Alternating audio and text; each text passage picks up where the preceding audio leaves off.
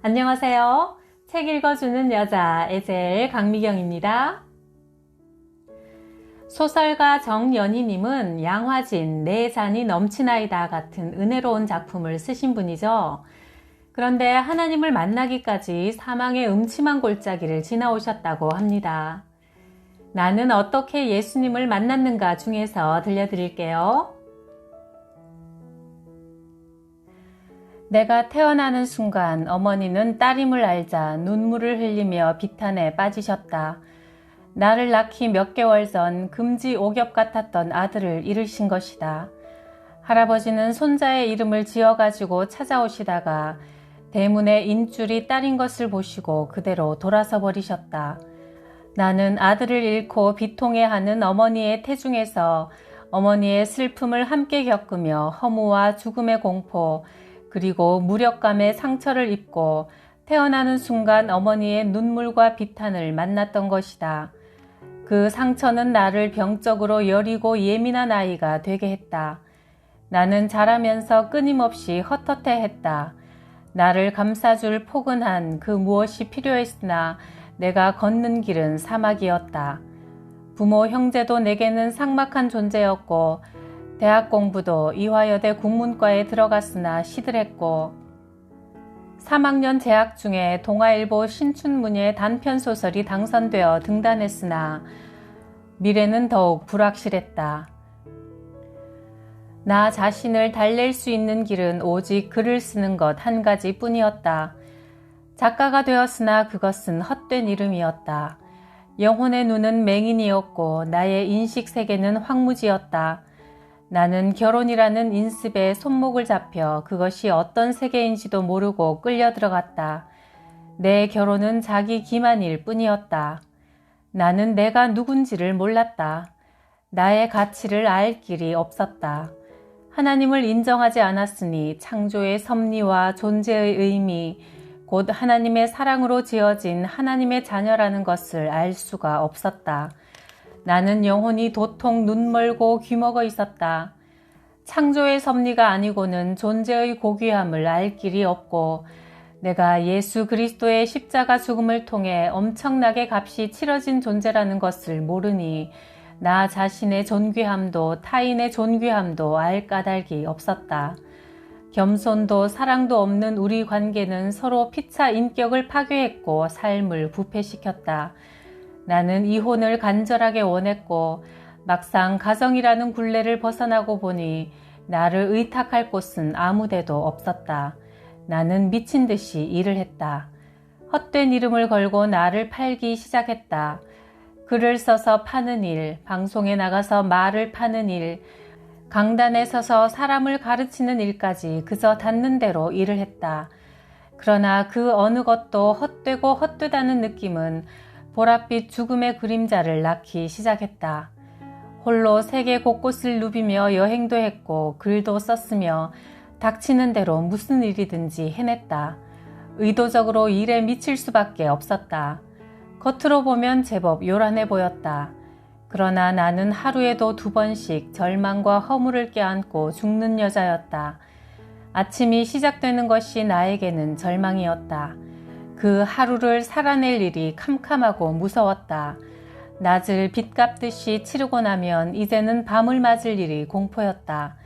남들이 다 돌아가는 따뜻한 집, 불이 밝혀지고 기다리는 사람이 있고 단란한 식탁이 있는 그런 집이 내게는 없었다. 홀로 찾아 들어가야 하는 썰렁한 공간이 있을 뿐. 그렇게 만나는 밤이 무서웠다. 하나님은 숙명여고 동창생인 정혜숙을 통해 사랑의 말씀으로 나를 불러주셨지만 간곡하고 간절한 권유였지만 내 귀도 내 마음도 너무 두껍고 딱딱하게 굳어있어 한마디도 스며들지 않았다. 나는 절망의 중독자였다. 절망을 먹고 소망의 말씀은 귓등으로 흘려버리고 절망의 족쇄 소리에 멸망길로 계속 전진하는 짐승이었다. 그 무렵 그 절망의 길목에서 이상스럽게도 나를 닮은 한 쓸쓸한 남자를 만났다. 그는 아내와 남자를 둔 가장이었으나 우리는 서로가 상대방의 거울이었고 피차 그 거울 속으로 빠져 들어갔다. 그러나 하나님은 우리의 어울림을 내버려 두지 않으셨다. 1973년 9월 나는 간통 피의자로 수사를 받기 시작했다. 내 막내 동생보다 더 어린 검사는 처음부터 자백하라고 협박했다. 불구속 상태로 이 사람 저 사람 증인을 불러대기를 40여일, 원고 측 변호사의 계략이었는지 어느 기자를 통해 곧 매스컴에 불이 붙어 폭발하기 시작했다. 그리고 우리는 구속되었다. 나는 무턱대고 세상이 무섭기만 했다. 숨을 곳이 있으면 그곳이 죽음이라도 곧장 들어가고만 싶었다. 나는 운명이라고 믿었던 내 사랑을 옹호하고 우리의 사랑을 짓밟는 법에 대하여 단 한마디도 항변할 힘이 없었다. 나는 세상으로부터 버림받은 인간일 뿐이었다. 재판이 계속되는 동안 그때까지 나와 함께 손잡고 일했던 매스컴 전체가 광난을 했다. 찢고 핥히고 짓밟으며 끝없는 돌팔매질을 계속했다. 고소인의 일방적인 기자회견을 토대로 기사는 폭죽 터지듯 화려하게 폭발했다. 주간지들이 썩은 시체를 만난 까마귀떼처럼 몰려들어 물고 뜯었다. 사진 기자들이 마귀떼처럼 법원으로 몰려들어 푸른 수의를 입은 나를 사진에 담으려고 아우성쳤다. 내게는 죽음보다 더 진한 수치 외에 아무것도 남겨진 것이 없었다. 게다가 상대 남 K를 간첩 혐의로 감옥에 묶어둔 사람은 원고와 내연의 관계를 맺고 있던 중앙정보부원이었다. 그들의 계략은 치밀했다. 그의 아내는 남편을 간통 혐의로 묶어 재판을 받게 하는 한편 중앙정보부의 권력을 빌어 남편을 간첩으로 몰아붙였다. 그리고 재산이랄 것도 없는 내 삶의 터를 몰수하려고 달려들었다. 나에게는 K를 살려낼 힘이 없었다. 결국 나로 인해 한 사람이 죽는다는 사실만 어마어마한 죄책감으로 나를 짓눌렀을 뿐이다. 사방을 둘러보아도 빠져나갈 길이 없다. 몸부림을 치고 땅을 긁어 통곡을 해도 소용없는 일이었다. 그것은 내 삶의 마지막 자리였다. 나는 쓰러졌다. 그리고 마침내 하나님을 외쳐 불렀다. 어리석음과 방자한 판단과 내 잣대로 버티어오던 모든 것이 잿더미처럼 무너지는 순간이었다. 하나님, 이 세상에 그렇게도 많은 사람들이 하나님을 살아계신 분으로 찾고 또 믿고 있습니다. 정말 살아계신 분이라면 나를 이 죽음의 수렁에서 건져주세요. 저 죽어가는 슬픈 사람의 목숨을 구해주세요. 그리하면 나는 하나님 앞에 무릎을 꿇겠고 그 사람을 남편으로 섬겨 평생을 함께 하겠습니다. 그저 통곡으로 부르짖으며 매달렸다. 잡지들이 1년 동안 그 사건을 울거먹는 가운데 사건은 뒤집혔다. 고소인과 중앙정보부원이 구속되었다. 중앙정보부의 서슬이 하늘을 찌르던 그 시절, 그 일은 실로 불가사의한 힘에 의해 이루어진 기적이었다. 하나님께서 왜 나를 그 지옥으로 인도하셨는가? 슬픈 자가 되어 정처 없이 떠돌던 나를 하나님은 길이 참으시고 계속 부르셨다. 하나님의 사랑의 간섭은 현실로 나타나기 시작했다. 그나마 내가 매달려 있던 것을 차례로 끊어놓으셨다. 나의 이름 석자를 간통죄라는 이름으로 먹칠을 해놓으시더니 대단치는 않아도 옹색하게 살지 않아도 될 정도로 모아놓은 재물까지 흩으셨다. 그리고 건강까지 나락으로 떨어졌다. 사면 팔방 붙잡을 것이 없었지만 어느 예배 처소로 나를 부르셨고 그 자리에서 꼬꾸라져 통회하게 하셨다. 성령께서 나와 함께 슬퍼하시며 나의 회개를 도우셨다. 그렇게 시작된 회개의 자리가 눈물로 거듭 씻겨지면서 나는 그제서야 내 모습을 볼 수 있는 눈을 뜨게 되었다. 간음 중에 잡힌 여자가 예수님 앞으로 끌려간 사건이 얼마나 축복인가를 깨달았다. 갈갈이 찢기고 짓밟히던 수치와 죽을 수밖에 없었던 조건 속에서 나는 너를 정죄하지 않으니 가서 다시는 죄를 범하지 말라 하신 그분의 용서와 구원을 받는 기적이 일어난 것이다. 나에게는 그 지옥 같았던 사건이 복이요 선물이었다. 그것은 나를 포기하지 않으신 하나님 아버지의 사랑의 표적이었다. 죄의 엄청난 결과가 하나님을 만나는 자리가 되는 것을 체험하게 해주셨다. 그리고 돌아온 자를, 무릎 꿇은 자를 품을 열어 품어주시는 사랑에 눈뜨게 해주셨다. 돌아온 탕자처럼 그렇게 거덜이 난 모습으로 나는 하나님 앞으로 돌아왔다. 육신으로는 흠없이 태어났고 부지런하고 선량한 부모 사이에 태어나 착한 형제와 함께 자랐으며 훌륭한 스승, 좋은 친구와 공부할 기회, 그 위에 글을 쓸 수 있는 재능과 기회를 부여받아 아쉬울 것 아무것도 없었건만 나는 내 인생을 사랑하지도 않았고 감사할 줄도 몰랐다. 하나님은 나 같은 것에게 너무나 많은 것을 주셨다.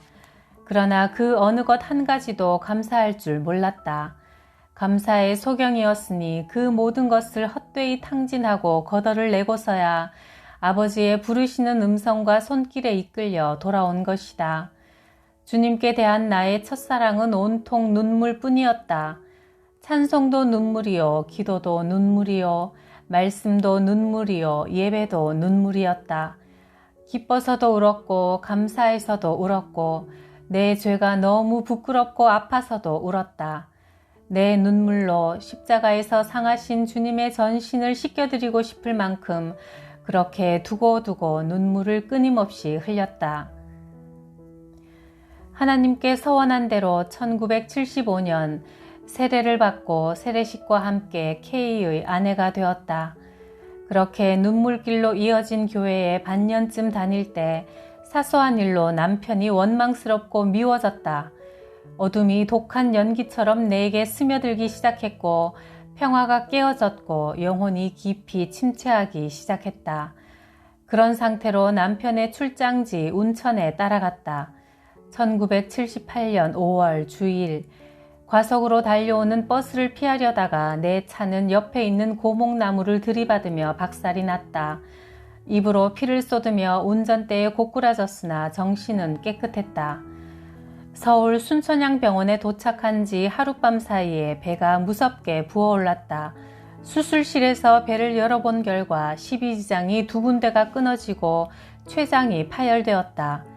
췌장은 염증만으로도 6시간 안에 사망하는 인간의 장기 중 가장 예민한 장기다.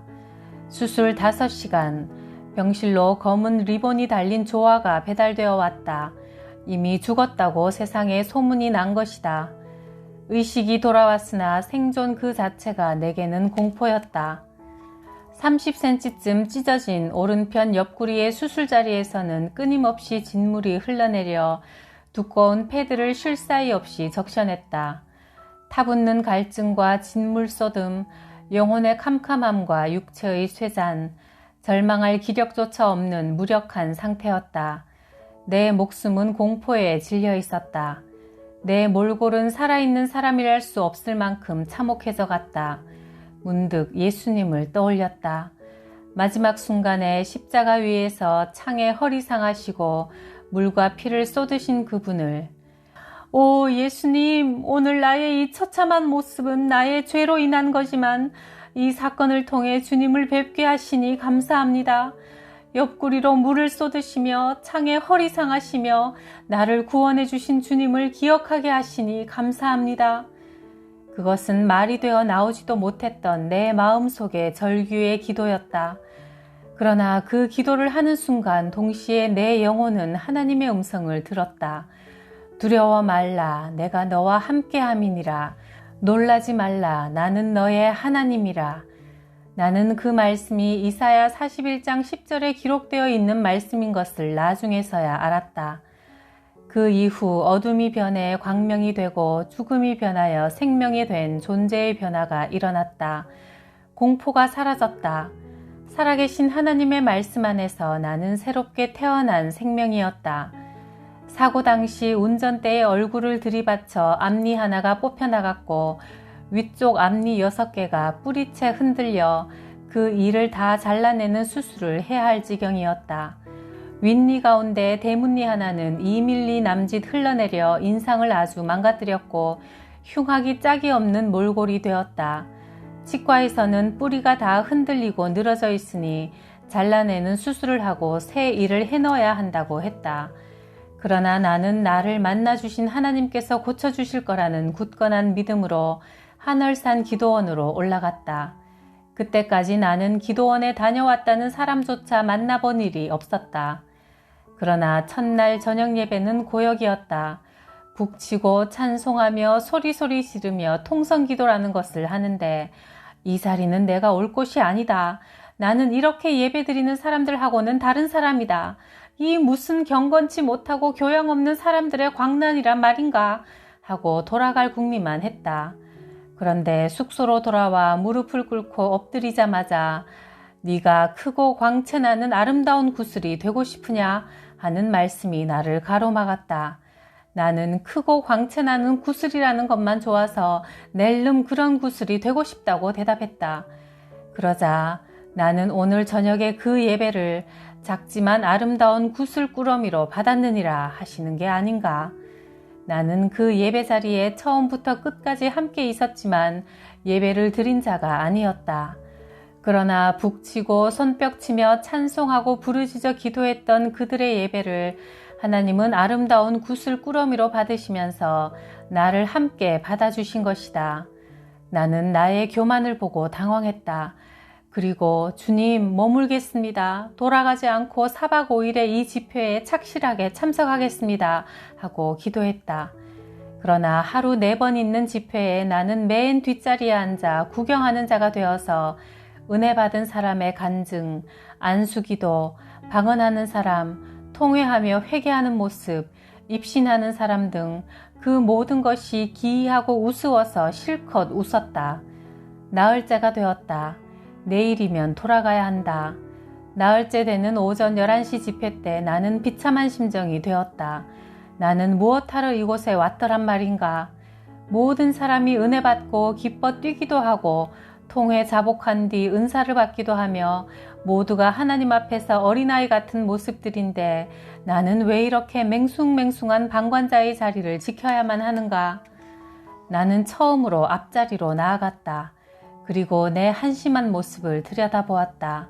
어디서부터 잘못되었는가 답답해하며 찾아보았다. 아, 있었다. 찾아냈다. 목사님의 말씀에 순종치 않은 한 가지가 있었다. 통성기도를 시작할 때 목사님은 회중을 향해 두 손을 번쩍 들고 주여를 3번 부르짖으라고 하셨다.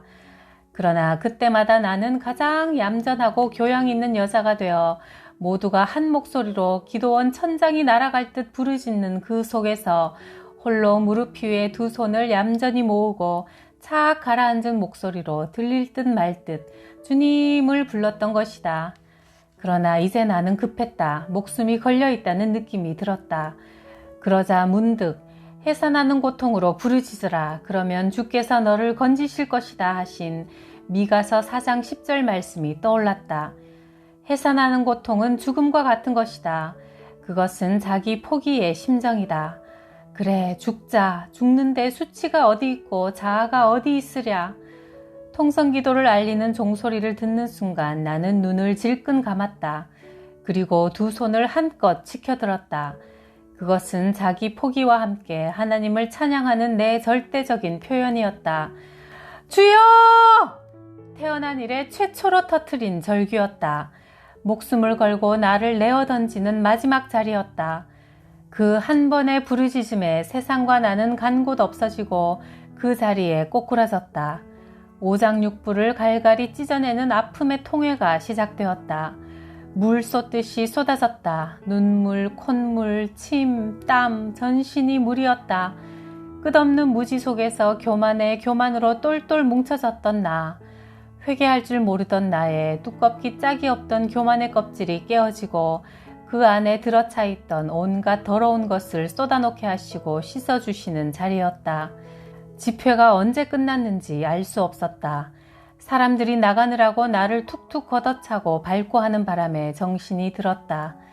방으로 돌아와 나를 기다리고 있던 남편을 만났을 때 남편의 안색이 변했다. 그리고 겁에 질린 음성으로 띄엄띄엄 말했다. 당신 앞니가 가지런하게 올라가 붙었네. 눈으로 보면서 말하는 사람도 실감하기 어려운 듯 계속 미심쩍은 눈으로 나를 들여다보았다. 거울을 찾아보니 몇 시간 전까지 대문니 하나는 흘러내려와 있었고 충격으로 수술을 해야 한다던 6개의 들쭉날쭉하던 운니가 곧고 가지런하게 고른 치열을 보이고 있었다. 나는 혀끝으로 이틀을 더듬어 보며 하나님 아버지께서 내게 주신 사랑의 징표를 거듭 확인했다.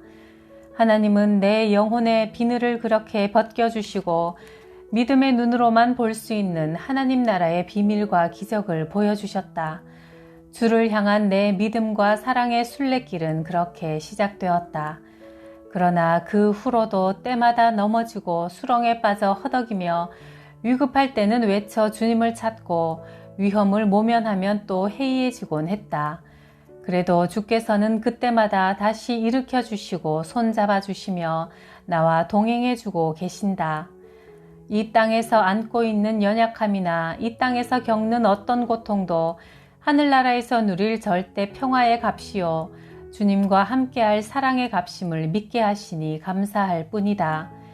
우리가 이 땅에서 곤고함을 치른 날 수대로 화를 당한 연수대로 하늘나라에서 더 알뜰하고 풍성하게 누릴 수 있음을 믿고 소망을 가지게 하시니 감사할 뿐이다.